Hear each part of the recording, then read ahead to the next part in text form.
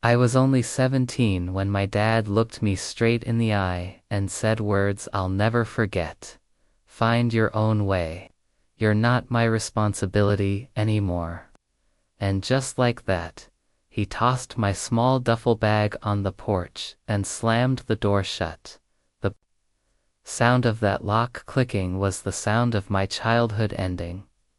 The night was cold, the kind of cold that seeps through your bones. I stood there, staring at the house I had called home for 17 years, now just four walls that had rejected me. I knocked once, then twice. My mom peeked through the blinds but didn't open. She just shook her head and disappeared. That silence cut deeper than any words could. I started walking, with no destination. Just the weight of betrayal and a world that suddenly felt much bigger and crueler than I ever imagined. The streets were empty. My phone battery was almost dead. My last $5 was tucked in my pocket, and even that felt useless. I sat on a bus stop bench, clutching my bag, watching cars pass without slowing down. Each set of headlights reminded me how invisible I had become, and in that moment, a voice in my head kept echoing my dad's words. Find your own way. But how? I was just a kid who never asked to be thrown away. It started to rain hard. My clothes stuck to my skin. My bag was soaked.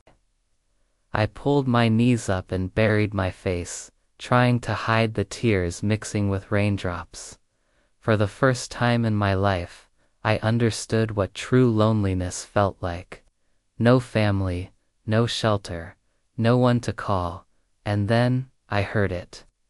The deep rumble of a truck engine slowing down. I froze.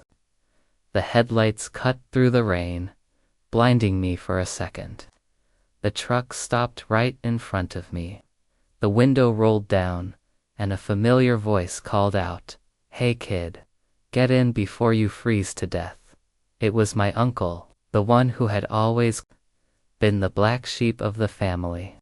The one my dad used to laugh at, calling him a failure. But at that moment, he was my lifeline. I climbed into the truck, dripping wet, shivering.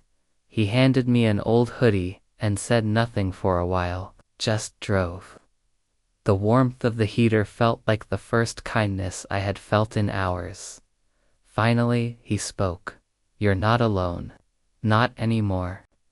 That night, in his small, cluttered apartment, he gave me a blanket, hot soup, and something much bigger. Hope. He didn't have much, but he had a heart bigger than anyone I knew. He didn't see me as a burden.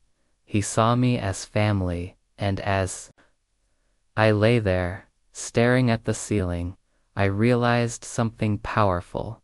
Sometimes, the people who save us aren't the ones who share our blood, but the ones who share our pain, our scars, and our belief in second chances. My dad thought throwing me out would break me, but instead it showed me who truly cared, and that night, under the hum of my uncle's old truck, I found more love than I ever had inside my own home. If you've ever felt abandoned, remember, your story doesn't end where others leave you sometimes. That's exactly where it begins. And if this story touched you, please hit subscribe, because on this channel, we tell the stories most families never dare to share.